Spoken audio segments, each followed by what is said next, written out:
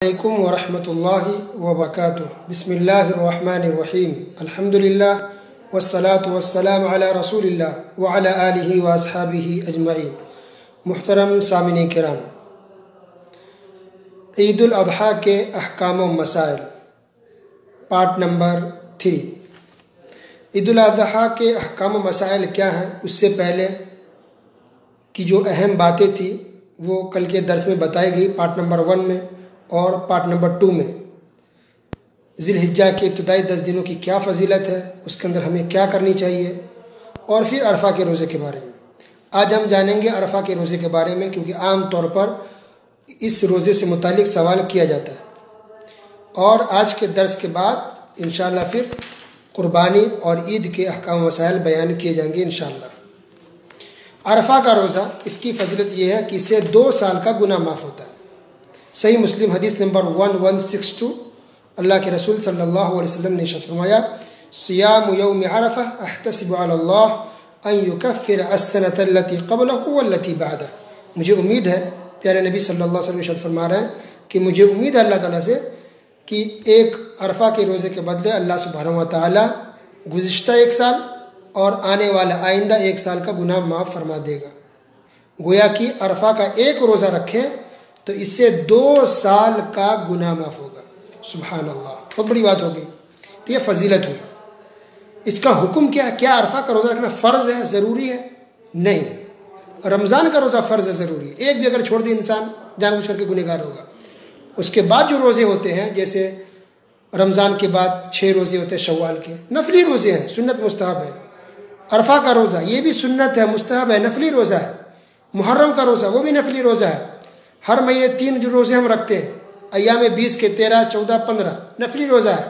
या फिर सोमवार और जुमेरात को रोज़ा रखते हैं, मंडे और थर्सडे को, वो भी नफली रोज़ा है। तो अरफा का रोज़ा ये नफली रोज़ा है, मुस्तहब रोज़ा है, सुन्नत रोज़ा है, फ़र्ज़ नहीं है। गोया अगर कोई रोज़ा नहीं रखा गुनहगार होगा? नहीं होगा। लेकिन अगर कोई रखे तो बहुत ज़्यादा सवाब है। 2 साल का गुनाह माफ़ हो रहा है। सुभान अल्लाह, बहुत बड़ी बात होगी। यह अल्लाह की तरफ से बहुत बड़ा ऑफर है मुसलमानों के लिए, इंसानों के लिए, कि वो एक रोज़ा रखे अरफा का तो 2 साल का गुनाह अल्लाह माफ़ फरमा देगा। सुभान अल्लाह। अब सवाल यह है कि अरफा का रोज़ा किसको कहते हैं? तो अरफा असल में मैदान अरफात एक जगह है जहाँ हाजी जमा होते हैं। जो लोग हज करने के लिए आते हैं उस मैदान में जाते हैं, मिना में जाते हैं, मुज़दलिफ़ा में जाते हैं और अरफात में जाते हैं, मैदान अरफात। तो चूंकि उस तारीख को सारे हाजी मैदान अरफात में जमा होते हैं, अरफात के मैदान में होते हैं, इसलिए उसको अरफा का रोज़ा कहते हैं। यानी अरफा या मैदान अरफात ये जगह का नाम है जहाँ हाजी जमा होते हैं। ये 9 तारीख को होती है। 10 तारीख को ईद है, ईद उल अज़हा, उससे 1 दिन पहले यानी कि 9 तारीख अरबी के हिसाब से।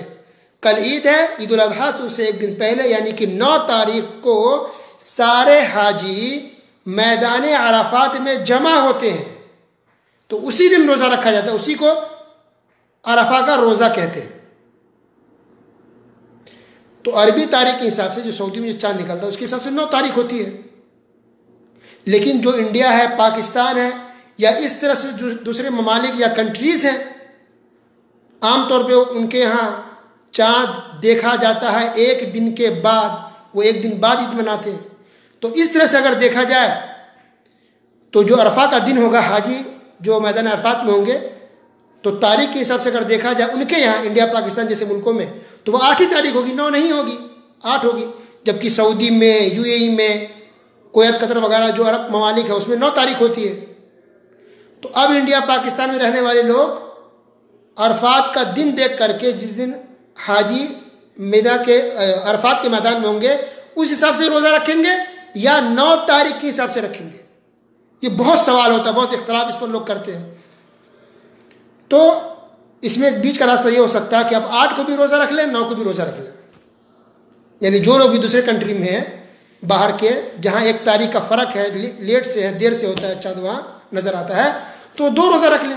8 को भी रख लीजिए और 9 तारीख को भी रोज़ा रख लीजिए। क्योंकि कल के दर्स में आपने सुना कि अल्लाह सुब्हानहु व तआला ने इस पूरे 10 दिन को फजीलत वाला दिन बनाया है। 10 दिनों को, 1 से लेकर 10 तक। और इन 10 दिनों के अंदर जो भी नेक अमल किया जाए, जो भी इबादतें की जाए, वो बहुत ज़्यादा पसंदीदा, अल्लाह को महबूब है।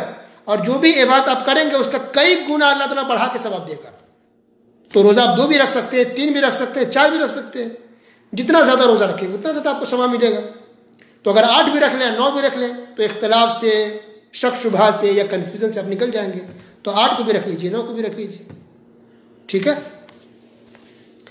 दूसरी बात यह कि क्या अगर कोई रोज़ा और भी ज़्यादा रखना चाहे 5-6 रख सकता है? हाँ, रख सकते हैं। असल हदीस में तो अरफा का रोज़ा कहा गया कि अरफा का रोज़ा रखे 2 साल का गुनाह माफ। लेकिन अगर कोई रखना चाहे 5-6 रख सकते हैं, बिल्कुल रख सकते हैं, क्योंकि रोज़ा रखना भी इबादत है और इबादत अल्लाह को बहुत महबूब है 10 दिनों के अंदर। तो इस तरह से जो इंसान जितना रोज़ा ज़्यादा रखना चाहे रख सकता है। 1 से लेकर 9 तक लगातार भी रख सकते हैं। पहली तारीख से लेकर 9 तारीख तक कंटिन्यू भी आप रोज़ा रख सकते हैं। फिर 10 को नहीं, 10 को रोज़ा रखना हराम है। 10, 11, 12, 13 जो ईद के दिन है, ईद के दिन रोज़ा रखना हराम है, नहीं रख सकते। अच्छा, एक बात और कि जो अरफा के रोज़े की जो फजीलत है, ये आम लोगों के लिए, जो हाजी हैं, हज कर रहे हैं, जिस साल हज करेंगे, मैदान अरफात में होंगे, तो हाजी जो हज कर रहे होंगे वो अरफा का रोज़ा नहीं रख सकते, वो मना उनके लिए। रसूलुल्लाह सल्लल्लाहु अलैहि वसल्लम रोज़ा नहीं रखा, सहाबा कराम को भी रोज़ा रखने से प्यारे नबी सल्लल्लाहु अलैहि वसल्लम ने मना कर दिया था। किन लोगों को? उन लोगों को जो हज कर रहे थे। गोया कि इस साल जो हज करेंगे या हज में जाएंगे तो वो रोज़ा नहीं रखेंगे अरफा का। जो हज पर नहीं जाएंगे या नहीं जाते, जो घर पे अपने हैं या कहीं भी हैं, जो हज में नहीं है, वो लोग अरफा का रोज़ा रखेंगे। ये अरफा का जो रोज़ा है, इसकी फजीलत पता चल गई। ये अरफा मैदान, इसकी भी फजीलत है, मुकद्दस मकाम है, वहाँ हाजियों का जाना बहुत ज़रूरी है। अगर कोई हाजी वहाँ जमा नहीं हुआ, सारे काम कर ले और मैदान अरफात में नहीं जाएगा, उसका हज कबूल नहीं होगा।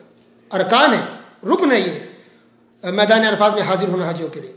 तो अरफात की बहुत फजीलत है, उस दिन की बहुत फजीलत है। इंशाल्लाह किसी और दिन सिर्फ यौम अरफा, अरफा के दिन की क्या क्या फजीलत है, इंशाल्लाह उसके ऊपर अलग से इंशाल्लाह एक दर्स करेंगे अगर ज़िंदगी रही तो इंशाल्लाह। लेकिन एक दो बात और सुन लीजिए कि अरफा के दिन की दुआ बहुत ज़्यादा कबूल होती है। अरफा की दुआ बहुत ज़्यादा कबूल होती है। नबी सल्लल्लाहु अलैहि वसल्लम ने इरशाद फरमाया कि अरफा का रोज़ा सबसे, अरफा का दिन या अरफा के दिन की दुआ सबसे बेहतर दुआ, खैर दुआ दुआ यौम अरफा, अरफा के दिन की दुआ सबसे बेहतरीन दुआ है। और एक दुआ जिसको रसूल सल्लल्लाहु अलैहि वसल्लम ने मांगी या पढ़ी, वो दुआ पढ़ी और तमाम नबियों ने पढ़ी वो दुआ, वो है ला इलाहा इल्लल्लाह वहदहु ला शरीका लह लहुल मुल्क व लहुल हम्द व हुवा अला कुल्लि शैइन क़दीर। सुनन तिरमिज़ी की रिवायत है, ला इलाहा इल्लल्लाह वहदहु ला शरीका लह लहुल मुल्क व लहुल हम्द व हुवा अला कुल्लि शैइन क़दीर। ये ऐसी दुआ जिसको तमाम रसूल नबियों ने पढ़ी है अरफा के दिन। तो ये हाजी के लिए भी है और बाकी तमाम लोगों के लिए, सब लोगों को, तमाम लोगों को उस दिन दुआ मांगनी चाहिए और तमाम लोगों को ये दुआ पढ़नी चाहिए।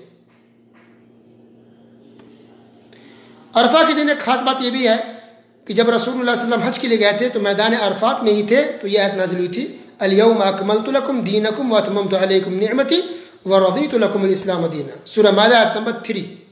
इसके अंदर अल्लाह ने यह कहा कि मैंने दीन को मुकम्मल कर दिया, यानी इस्लाम मुकम्मल हो गया, कंप्लीट हो गया। इस बात का ऐलान इस आयत के अंदर अल्लाह ने किया और यह आयत नाज़िल हुई थी मैदान अरफात में। रसूलुल्लाह सल्लल्लाहु अलैहि वसल्लम अरफात के मैदान में थे। सुभान अल्लाह। तो गोया ये बात हो गई मुख्तसर आज के दर्स में कि अरफा का रोज़ा बहुत फजीलत, 2 साल का गुनाह माफ। और अगर कोई 2, 3, 4, 5 भी रोज़ा रखना चाहे रख सकते हैं। 1 से लेकर 9 तारीख तक भी आप रोज़ा रख सकते हैं, फिर 10 को नहीं रखेंगे, 11, 12, 13 तक नहीं रख सकते, ईद का दिन है पूरा। अब अगर कोई इन 9 दिनों के अंदर या 9वीं दिन तो अरफा का रोज़ा है, अगर 8 दिन हम मान लेते हैं 1 से 8 तक, अगर कोई रमज़ान की कज़ा करना चाहे, रमज़ान के रोज़े छूट गए हो बीमारी की वजह से, सफ़र की वजह से या किसी परेशानी की वजह से, तो उसकी कज़ा कर सकते कि नहीं? जी कर सकते हैं। रमज़ान की कज़ा की जा सकती है। रमज़ान की जो जिसके रोज़े छूट गए हैं वो चाहे तो इन 8 दिनों के अंदर अपने रोज़े छूटे हुए कज़ा कर सकते हैं। ठीक है, जायज़ है, दुरुस्त है। लेकिन बेहतर ये होता कि उससे पहले वो लोग कज़ा मुकम्मल कर लिए होते, क्योंकि अब तकरीबन 2 महीना गुजर चुका है रमज़ान को। और ये रमज़ान का रोज़ा याद रखिए, ये कर्ज़ है हमारे ऊपर, दैन है, अल्लाह ताला कर्ज़ है, फ़र्ज़ है, ज़रूरी है, इस्लाम का रुकन है। जितनी जल्दी हो सके रमज़ान के रोज़े इंसान को मुकम्मल और कंप्लीट कर लेनी चाहिए, चाहे वो मर्द हो चाहे ख़वातीन हो, रोज़े कंप्लीट कर लें। ये कर्ज़ है आपके ऊपर। लेकिन अगर किसी का अभी तक रोज़ा नहीं हो पाया मुकम्मल, छूटा हुआ है, तो इन 8 दिनों के अंदर चाहे तो रमज़ान के छूटे हुए रोज़े आप कंप्लीट कर सकते हैं, रख सकते हैं। ठीक है। अल्लाहु आलम बिस्सवाब। बारक अल्लाहु फीक व सल्लल्लाहु अला नबीना मुहम्मद व अला आलिहि व सहबिहि।